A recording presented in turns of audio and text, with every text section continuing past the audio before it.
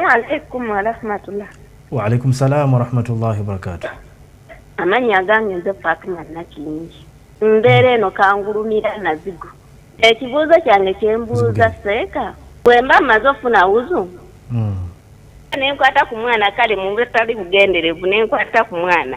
Wuzu yange ebeera nfu oba ebeera ekyalinamu. Ekibuuzo singa mbadde kino kyagala okukwatagana n'ekya mukyala Nakingi owekangulumira.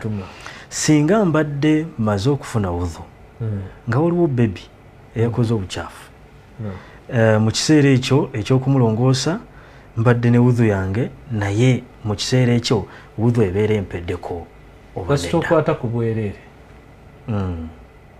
ku bwereere bw'omwana kiki kyetutegeeza n'obwereere buli bwennyini obuzito n'okwata ku busajja bwe oba n'okwata ku ŋŋango ye oba n'okwata ku kasita omukwata ku bwereere ekituufu wuzu efa olwa hadisi man massa dhakarahu oyo yenna akwata ku bwereere bwe riwaaya endala farjahu falyatawalla abeere ng'akola ki ng'afuna wuzu.